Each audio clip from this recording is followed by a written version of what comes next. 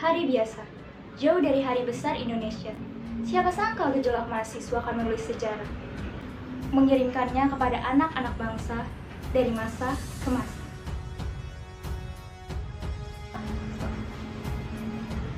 Anti strategi pembangunan yang mengedepankan pertumbuhan merupakan salah satu gagasan yang harus kita ingat dalam peristiwa ini.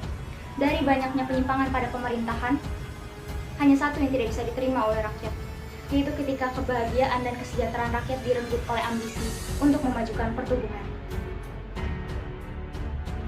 Penolakan investasi asing adalah salah satu unjuk rasa rakyat terhadap sistem pemerintah agar lebih memprioritaskan rakyatnya.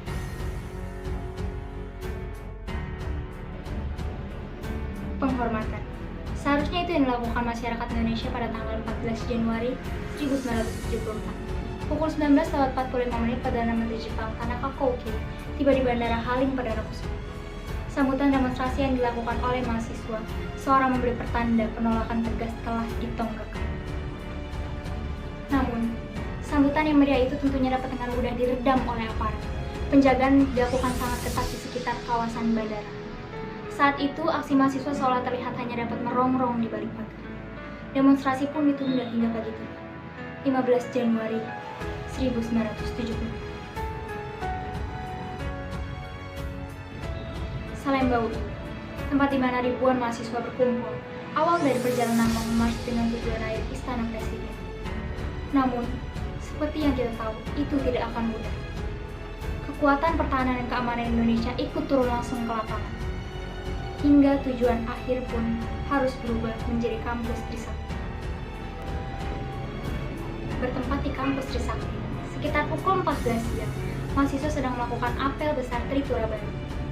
Di waktu yang bersamaan, massa tidak dikenal mulai berkumpul di kawasan Senen dan mulai melakukan aksi yang anarkis, hingga menyebabkan huru-hara. Proyek yang bernilai miliaran rupiah pun habis dibakar massa. Diperkirakan 807 mobil serta 187 motor dirusak. 144 gedung pun tak lepas dari perusakan, pembakaran, dan juga penjarahan. Pada sore hari, peluru peringatan ditembakkan ke udara. Gas air mata memenuhi langit ibu kota. Hingga malam tiba, aparat keamanan mulai bertindak kasar. Para demonstran mulai ditangkap dan dibawa ke kantor polisi terdekat. Hariman Siregar, selaku pimpinan aksi massa pihak mahasiswa, yang saat itu menjabat sebagai Dewan Mahasiswa Universitas Indonesia. Ia harus bertanggung jawab, walaupun bisa dipastikan bukan mahasiswa yang menyebabkan huru-hara tersebut.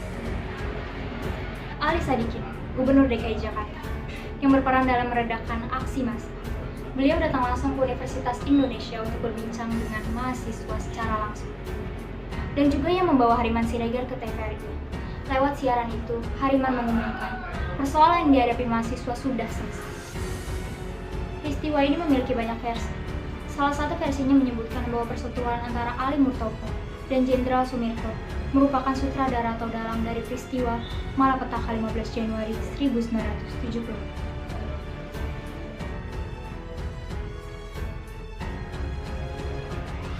Peristiwa yang memakan 11 korban tewas, 17 luka berat, serta 120 orang luka ringan, mengajarkan kita bahwa rakyat mempunyai kekuatan sendiri untuk melawan kekuasaan.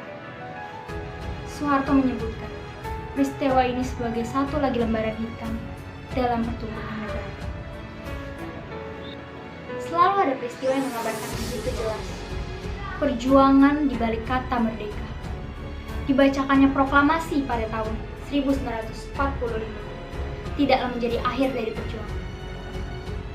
Seperti kata Bung Karno, perjuanganku lebih mudah karena mengusir penjajah, tapi perjuanganmu akan lebih sulit karena melawan bangsamu sendiri. Di balik merdeka, selalu ada peristiwa.